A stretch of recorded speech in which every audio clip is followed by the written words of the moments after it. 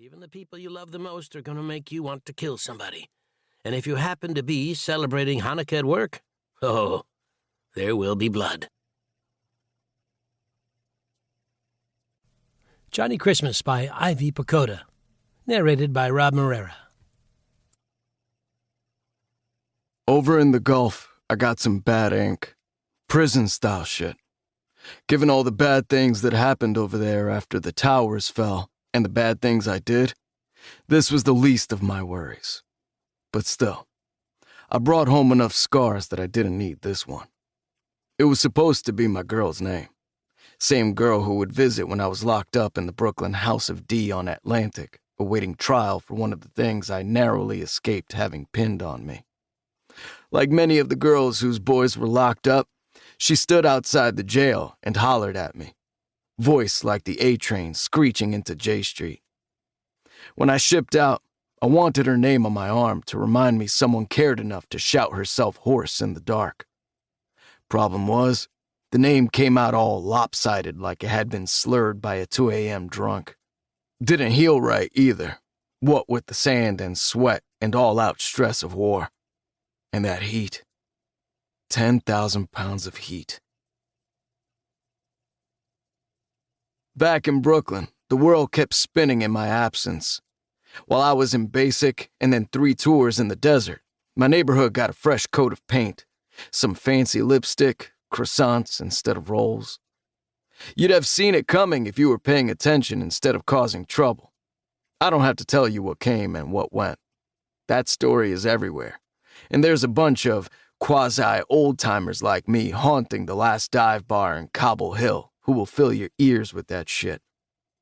Let's just say, we fought, the world got more expensive. It was harder to find my place when I got back. And I still had that tattoo on my forearm, even though the girl was long gone, and the Brooklyn House of D shuttered. Rumor had it, and still does, that someone's gonna turn it into luxury housing. But ask me, the juju in that place is gonna rain nothing but bad luck. So I figure it's best to let it sit and let ghosts be ghosts.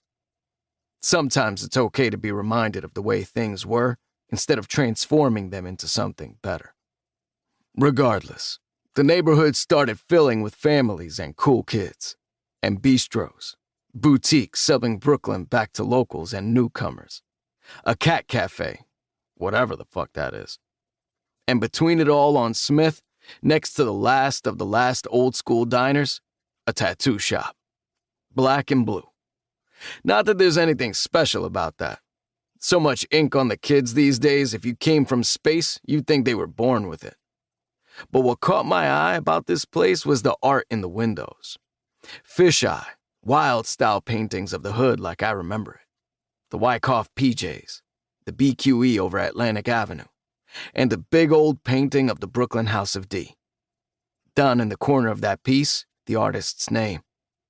Johnny Christmas. Who the fuck wants to paint a jail? I don't know. But there was something in that painting that got me. Started to happen that every time I walked past the place, my forearm began to itch. Like Lorraine's name was dying to jump off my skin. Sometimes I'd peer in at the dudes at work. A bit older than you'd imagine. More my age than not. Worn out like myself. Time came when I met a lady serious enough that Lorraine's presence on my flesh started to pose a problem. And next thing, a week before Thanksgiving, when I'm fixing to be trotted out in front of her whole family, I found myself inside Black and Blue scanning the books for something to erase my past mistakes. A clock, I thought, because time is supposed to heal all wounds, even though I know this is a lie.